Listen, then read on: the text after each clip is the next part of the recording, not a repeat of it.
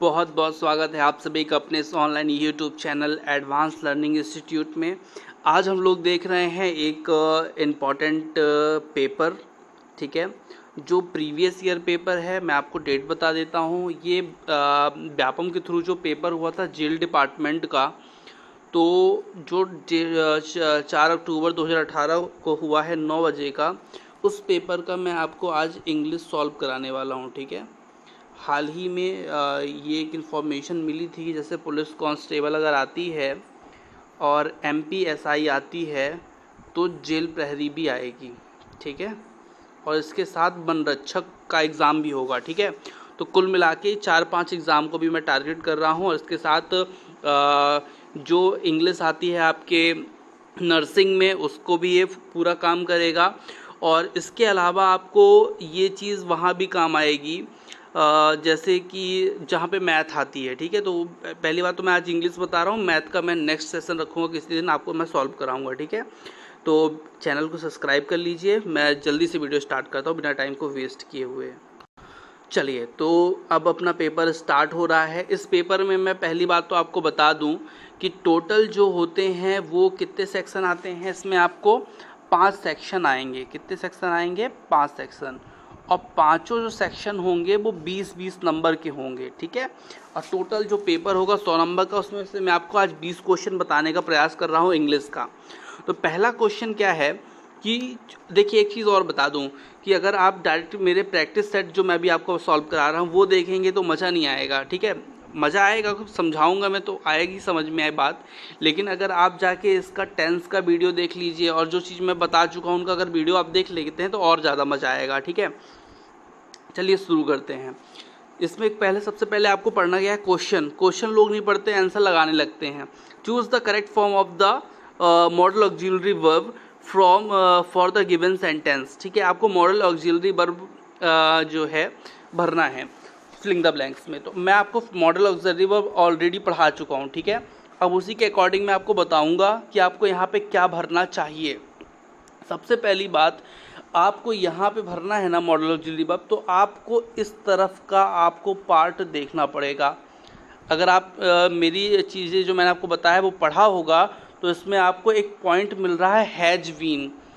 जब कभी भी हैज बीन क्रेडिटेड मिले, ठीक है, जो बीन होता है ना, ये वर्ब की थर्ड फॉर्म होती है। किसकी थर्ड फॉर्म होती है? बी की।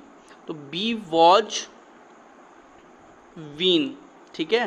तो वीन जो होती है वर्ब की थर्ड फॉर्म है। तो वर्ब हैज के साथ कभी भी वर्ब की थर्ड फॉर्म मिले तो आपको यहाँ पे सेल या बिल भरना होता है। क्या भरना होता है? सेल या बिल। तो सेल तो यहाँ पे ऑप्शन में है नहीं, तो सही उत्तर क्या हुआ हमारा? विल हुआ।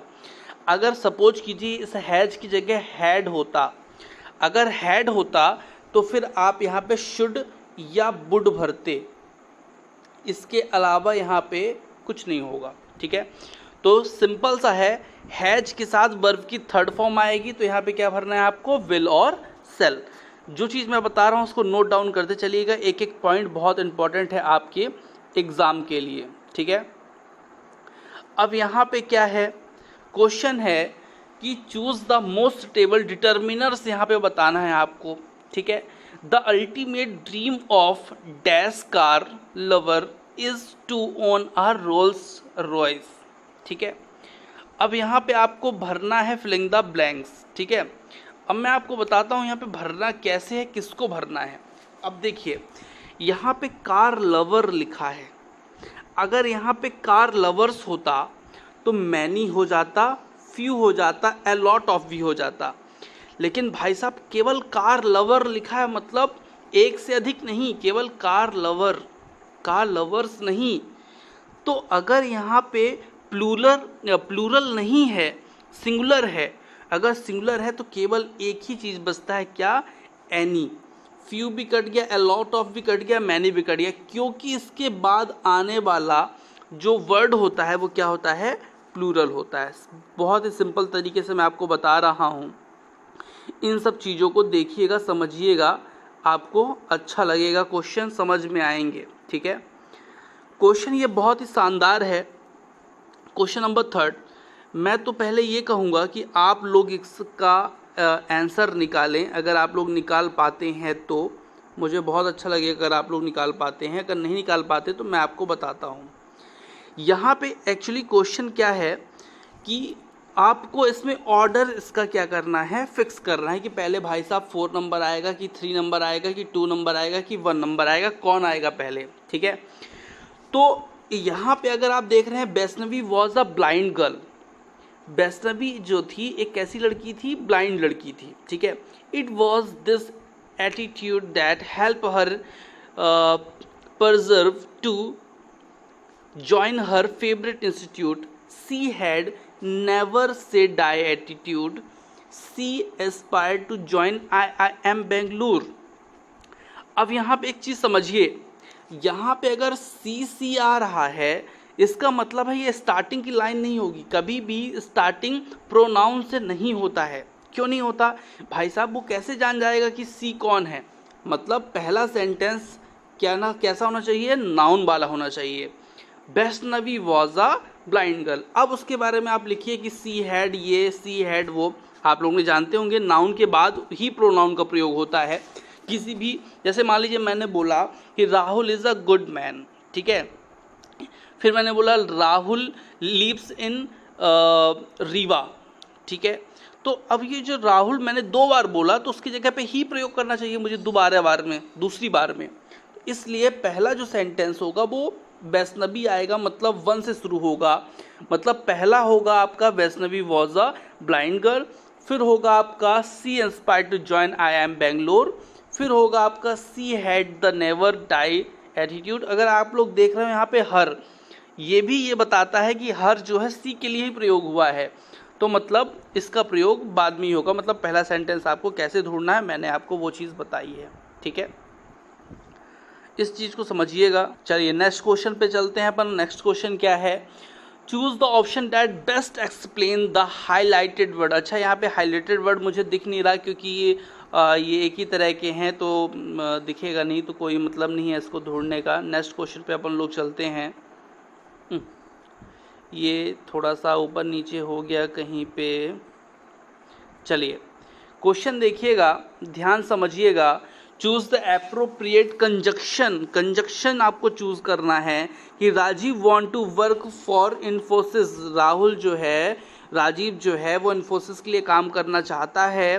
ही is unable to met the requirement. देखिए कभी भी एक तरफ प्लस हो और दूसरे तरफ माइनस हो, या एक तरफ माइनस हो दूसरे तरफ प्लस हो, ऐसी स्थिति में क्या लगता है, बट का प्रयोग होता है यहाँ पे। अगर आप लोग देख रहे हो यहाँ पे प्लस क्यों मैंने लिखा है, राजीव काम करना चाहता है इन्फोसिस के लिए, बट ही इज़ क्या है, अनेबल है। मतलब यहाँ पे माइनस है, वहाँ पे प्लस था, यहाँ पे माइनस है। तो जब कभी प्लस माइनस या माइनस प्लस हो तो वहाँ पे प्रयोग करना है प्लस का, और यहाँ बट का।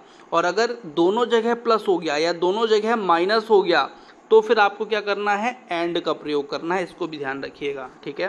जैसे ये लिखा होता Rajiv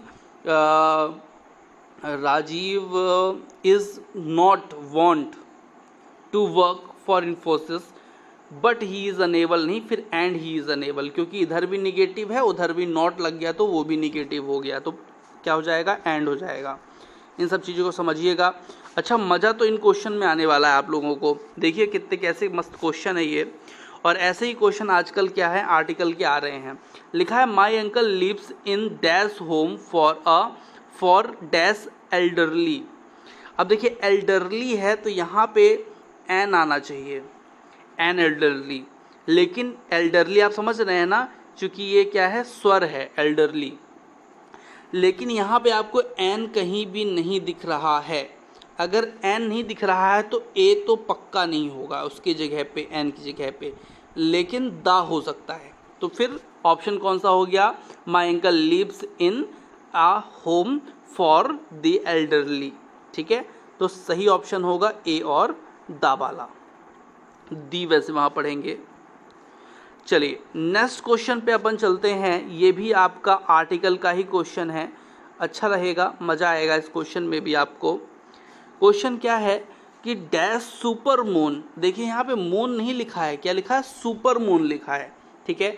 occurs when dash moons orbit, कभी भी एपोस्ट्रॉफी यूज हो जाए तो यहाँ पे दा तो लगना ही है भैया। व्हेन द मून्स ऑर्बिट, क्योंकि मून्स की ऑर्बिट, मून्स की कक्षा is at its closest to earth, earth and dash at the same, मतलब आपको यहाँ भी दा चाहिए और आपको यहाँ भी दा चाहिए जहाँ दो दा हो, ठीक है।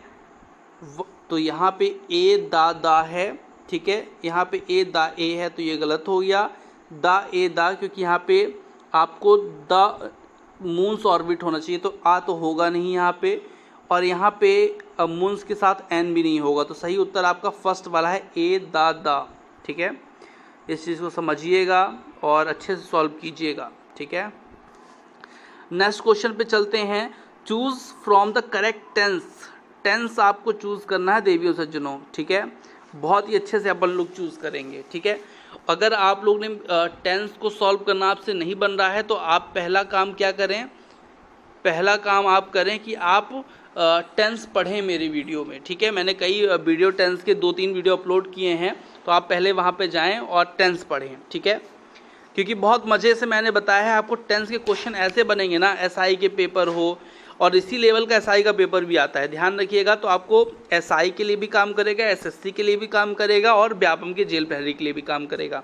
अच्छा, अगर आप मेरे व्हाट्सएप ग्रुप से ऐड होना चाहते हैं तो ये 99 93 68 11 96 मेरा व्हाट्सएप ग्रुप चलता है, इस पर तो आप मुझे क्या कर सकते हैं, ज्वाइन होने के लिए ग्रुप में मुझसे मैसेज कर सकते हैं, ठीक है। अब पहले तो मैं आपको ये बता दूं कि इसमें होगा क्या। तो भाई साहब ये बताइए, कहीं यहाँ पे आपको वॉज वर कहीं मिल रहा है या ऐसा लग रहा हो कि कोई पास्ट की बात हो रही है, तो भाई साहब नहीं हो रही, तो हटा दीजिए वॉज को। क्यों? क्योंकि तो पास्ट है। विल फेल लिटरेड, अब यहाँ पे ये विल है, ठीक है, तो कोई फ्यूचर की बात हो रही है, जैसे सून कोई वर्ड आ रहा हो और कोई इस तरह का वर्ड आ रहा है जैसे फ्यूचर की बात हो रही हो, तो बिल्कुल नहीं हो रही भाई साहब, तो ये भी काट दीजिए। अच्छा, लीव्स लिटरिंग या लीव्स फॉलिंग हो तो ये भी यहाँ पे गलत है, क्योंकि जब तक वहाँ पे इसके साथ इज एम आर या वॉज वर नहीं आएगा तो फॉलिंग लिटरिंग करना गलत है, ठीक है। तो सही आंसर क्या बचा आपका, फॉल और लिटर। अब एक चीज़ और देख लीजिए, यहाँ पे क्या लिखा है, लीव्स, ठीक है, मतलब सब चीज़ फर्स्ट फॉर्म पे ही जा रहा है, ट्रीज, ठीक है। तो यहाँ पे आपको कुछ ज़बरदस्ती करने की ज़रूरत नहीं है, आपको सीधे क्या लगाना है, बर्फ की फर्स्ट फॉर्म यूज़ करनी है, फॉल और लिटर, ठीक है। लिटर, फॉल मतलब गिरना और लिटर मतलब क्या होता है, गिर के सड़गल जाना, कूड़ा बन जाना, कचड़ा बन जाना, ठीक है। हाईलाइटेड वर्ड गिवन बिलो, तो ये हाईलाइटेड वर्ड का कोई यहाँ पे मुझे दिख नहीं रहा कि किसका अपन बताएं, तो ये क्वेश्चन छोड़ना पड़ेगा अपन लोग को। नेक्स्ट क्वेश्चन पे आते हैं। Choose the appropriate preposition for the given sentence, ठीक है। अब यहाँ पे आपको चूज़ करके ये बताना है, प्रीपोजिशन चूज़ करना है। हालांकि प्रीपोजिशन के भी मैंने वीडियो अपलोड नहीं की है, लेकिन मैं जल्दी वीडियो अपलोड करूँगा। यहाँ पे क्या लिखा है, री इलेक्शन। री इलेक्शन मतलब दोबारा जो चुनाव होते हैं, ठीक है। The leader work hard dash his people, तो यहाँ पे बिटवीन जब दो लोग होते हैं तब लगता है, तो यहाँ पे तो हिज पीपल बोल रहा है, तो ये गलत है। प्यूपिल से काम करवाएगा नहीं, जो लीडर होगा वो प्यूपिल के लिए काम करेगा, तो फॉर, ठीक है। और अगर आप जमाएं इसको तो जम भी रहा है, आफ्टर री इलेक्शन मतलब री इलेक्शन के बाद the leader work hard for his प्यूपिल, तो सही ऑप्शन होगा आपका आफ्टर और फॉर, ठीक है। बहुत ही सावधानी से क्वेश्चन को सॉल्व करेंगे देवी सज्जनों। यहाँ पे आपको क्या चूज करना है, spot the error in the given sentence the choose the option. देखिए अब आपको यहाँ पे गलत उत्तर का चयन करना है, ठीक है। ये लिखा है Maruti is the best car होना चाहिए, भैया बेस्ट है, सुपरलेटिव डिग्री है, दा लगेगा, दा लगेगा, तो इसमें दा लगा है, इसमें दा लगा है, इसमें नहीं लगा है, तो ये तो कट गया। अब दो ऑप्शन बचे। यहाँ पे अगर आप देखें एक चीज़, तो यहाँ पे एवरीडे लगा है, एवरीडे यूज लगाया है। जो आर्टिकल है ना वो हमेशा नाउन के पहले लगता है, इस चीज़ को गांठ बांध लीजिएगा, हमेशा ध्यान रखिएगा। और यहाँ पे ए एन और द, तीनों को आपको ध्यान रखना है। उसके बाद क्या होना चाहिए, नाउन होना चाहिए। तो यहाँ पे भाई साहब नाउन तो है नहीं एवरीडे, यहाँ पे यूज है, यूज आपका क्या है, वर्ब है। तो यहाँ पे आपका ए गलत है। सही उत्तर आपका कौन सा होगा, फर्स्ट होगा। इसका फोर्थ भी ऑप्शन भी देखना चाहिए हम लोग को। यहाँ भी देखिए इज़ द बेस्ट होना चाहिए, यहाँ पे भी द लगना चाहिए, तो इन्होंने लगाया नहीं है, मतलब ये गलत है। क्वेश्चन नंबर नेक्स्ट पे चलते हैं। लिखा है choose the appropriate option given the passive voice में आपको बदलना है। देवियों सज्जनों, आपने अगर मेरा वीडियो नहीं देखा तो आप जाइए यूट्यूब पर और इंग्लिश की जो वो होती है, क्या बोलते हैं उसको, प्लेलिस्ट, उसमें आप जाइए, आपको वहाँ पे एक्टिव पैसिव का चैप्टर मिलेगा, तो समझ में आएंगी ये चीज़ें। मैंने बहुत ही सरल तरीके से इस चीज़ को बताया है। लिखा है दे हैंडेड हर आ चेक। अब यहाँ पे आपके दो ऑप्शन हो सकते हैं, एक आ चेक से स्टार्ट हो सकता है और हर का सी से स्टार्ट हो सकता है। तो अपन दोनों लेके चलते हैं। सी का अगर लेके चलते हैं तो दो सी के हैं, और आ चेक को लेके चलते हैं तो ये हो गया। अगर आप देखें तो यहाँ पे लिखा है हैंडेड। हैंडेड मतलब हो गया ईडी, मतलब वॉज। अगर वॉज हो गया तो इज वाला ऑप्शन तो सीधे कट जाएगा। अब बचेगा एक ये, एक ये, एक ये, क्योंकि तीनों में वॉज लगा है। ठीक है, अब यहाँ पे अगर आप देखें तो ये लिखा है क्या, वॉज हैंडेड टू देम। जब कभी भी दे आ जाए तो दे का देम कभी भी नहीं होता, इस चीज़ को ध्यान रख लीजिएगा। इसमें भी दे का देम लगा है, मतलब ये भी गलत है और ये आपका सही हो गया। अब मैं आपको एक रूल बताता हूँ। कभी भी दे आ जाए तो उसको आपको सब्जेक्ट से हटा के जब ऑब्जेक्ट में देम नहीं बनाना है। ठीक है, दे का देम नहीं बनाना है। अगर ऐसा होता है तो वो गलत है, लेकिन अगर ही है तो उसका आप हिज बना सकते हैं, अगर हिज है तो उसका ही बना सकते हैं। चलिए, पूरी जानकारी अगर चाहिए तो वीडियो आप देख सकते हैं, उसमें आपको पूरी जानकारी मिल जाएगी, सब फ्री में उपलब्ध है वहाँ पे। आइए नेक्स्ट देखते हैं अपन लोग क्या लिखा है। इसको एक्टिव वॉइस में आपको चेंज करना है, कोई दिक्कत नहीं है भाई साहब। अब लिखा है mister Stewart was elected chairman. Elected chairman was, अब ये एक्चुअली पैसिव वॉइस है, आपको इसको एक्टिव वॉइस में ले जाना पड़ेगा। अगर एक्टिव वॉइस में आपको ले जाना पड़ेगा तो आपको एक चीज़ ध्यान रखना है, जो मिस्टर स्टेवर्ट है ये हमेशा सब्जेक्ट है यहाँ पे, तो वो ऑब्जेक्ट में रहेगा। अब ऑब्जेक्ट में मिस्टर स्टेवर्ट कहाँ है, ये लिखे हैं, लेकिन एज के साथ है, मतलब गलत। ठीक है, सिंपल सा मैं बता रहा हूँ। ठीक है, फिर मिस्टर स्टेवर्ट कहाँ है, ये है मिस्टर स्टेवर्ट।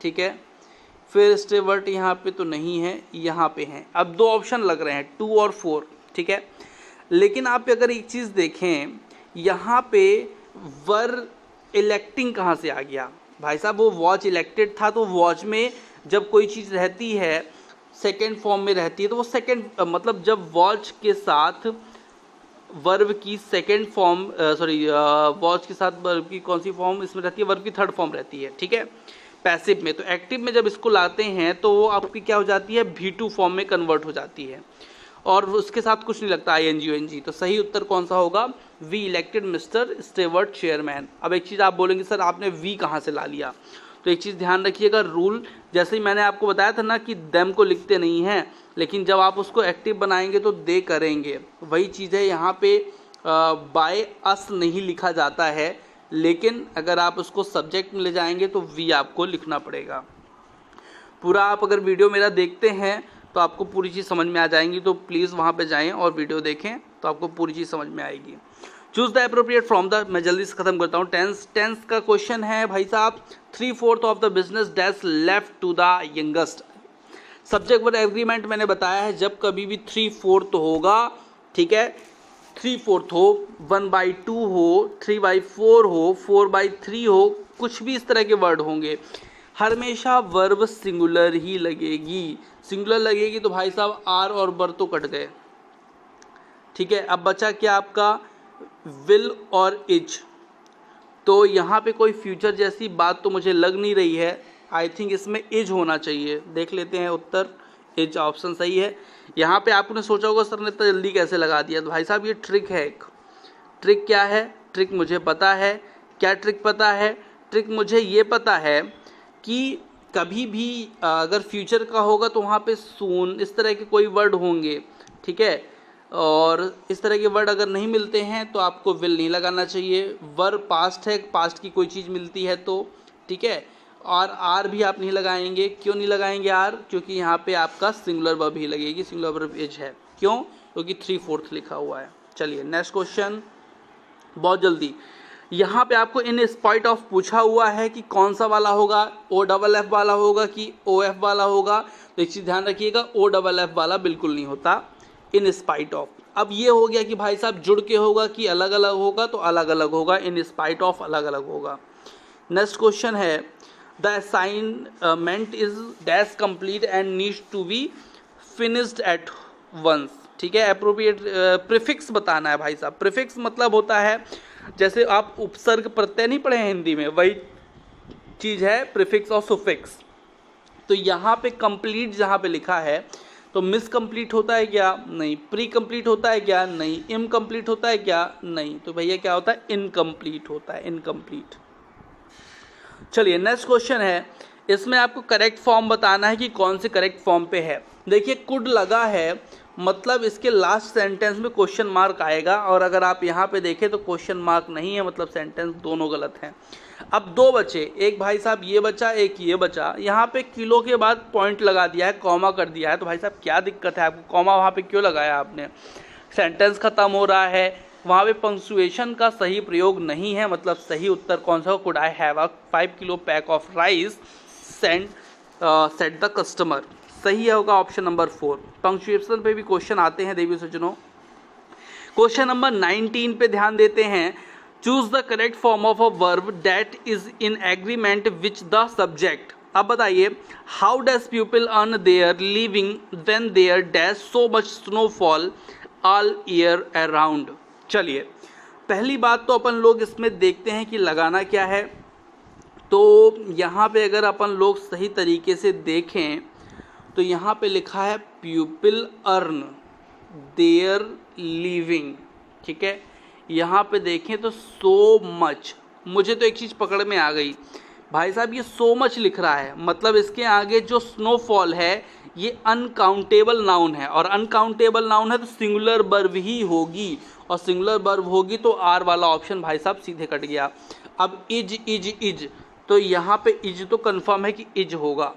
अब यहाँ पे कंफर्म करते हैं, डज होगा कि हैव होगा कि डू होगा। अब ये बताइए, प्यूपल जो है वो यहाँ पे एक चीज़ और मिल गई, अर्न जो है फर्स्ट फॉर्म है, अर्न अगर होता तो यहाँ पे हैव होता, तो यहाँ पे अर्न है मतलब हैव यहाँ पे नहीं होना चाहिए, मतलब ऑप्शन नंबर 3 भी गलत हो गया। अब डज होगा कि डू होगा, तो मेरे हिसाब से यहाँ पे प्यूपल है और प्लूरल है तो डू लगना चाहिए, डू और इज। चेक कर लेते हैं, यस डू और इज। अब यहाँ पे आप बोलेंगे डू सर क्यों लगाया? क्योंकि प्यूपल जो है वो प्लूरल है, प्लूरल के साथ प्लूरल वर्ब लगेगी, और अगर यहाँ पे कोई और चीज़ होता, सिंगुलर होता तो अपन डज लगा देते। तो सही उत्तर होगा डू और इज। चलिए नेक्स्ट क्वेश्चन चलते हैं, choose the correct form of the following given sentence, ठीक है।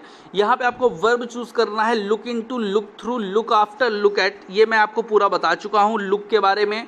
कुल मिला के 15 प्रकार के लुक होते हैं, मैंने आपको बता दिया है। क्वेश्चन समझेंगे पढ़ेंगे तो सब पता चल जाएगा, ठीक है।